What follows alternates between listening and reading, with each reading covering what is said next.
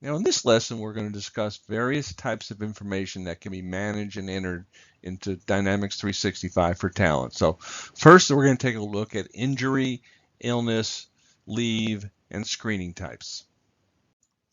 To set up injury and illness types, we're going to go into the compliance group, and under injury and illness, there's a screen called injury and illness setup. Now, we need to know as employers when workers have been injured or ill because of hazards in the workplace. Now, we're going to use this form to set up information to report these. You can set up types of injuries and illnesses such as hearing. Maybe the person has had a hearing loss of some kind. We also may have an injury they hurt on the job, broken a bone, sprained their ankle, something like that. We also could have a skin disorder, depending on what kind of industry we're in. And then finally, we can say that when we have a person that needs to be on, has a respiratory condition, so they need to be on a respirator. So all of these pieces of information can be important to record about what has happened to an employee.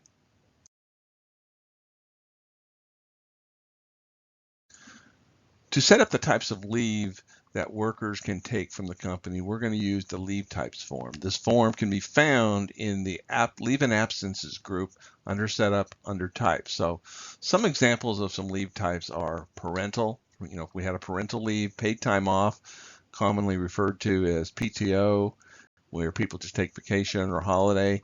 And then also that we'll have FMLA, the Family Medical and Leave Act.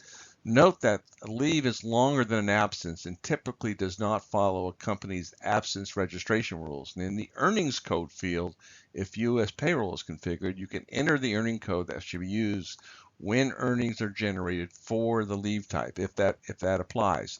The earning code determines the rate of pay for the leave type. If no earning code is specified, earning lines associated with the leave use the earning code that is associated with the schedule or position.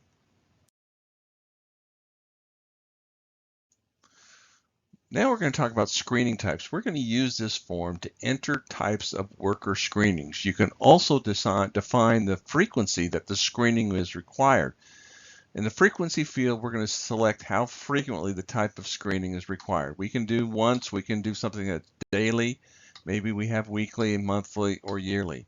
If you select an option other than once, you must define the frequency details. In the every field, you specify how much time should pass between the screenings. The unit of time appears after the every field. For example, if you select daily, the unit of time is days. If you select monthly, the unit of time will be months. Then you're going to select the date from which the frequency is calculated, either the date of the previous screening was completed or from the required date. Next, we're going to take a look at veteran statuses and worker tasks.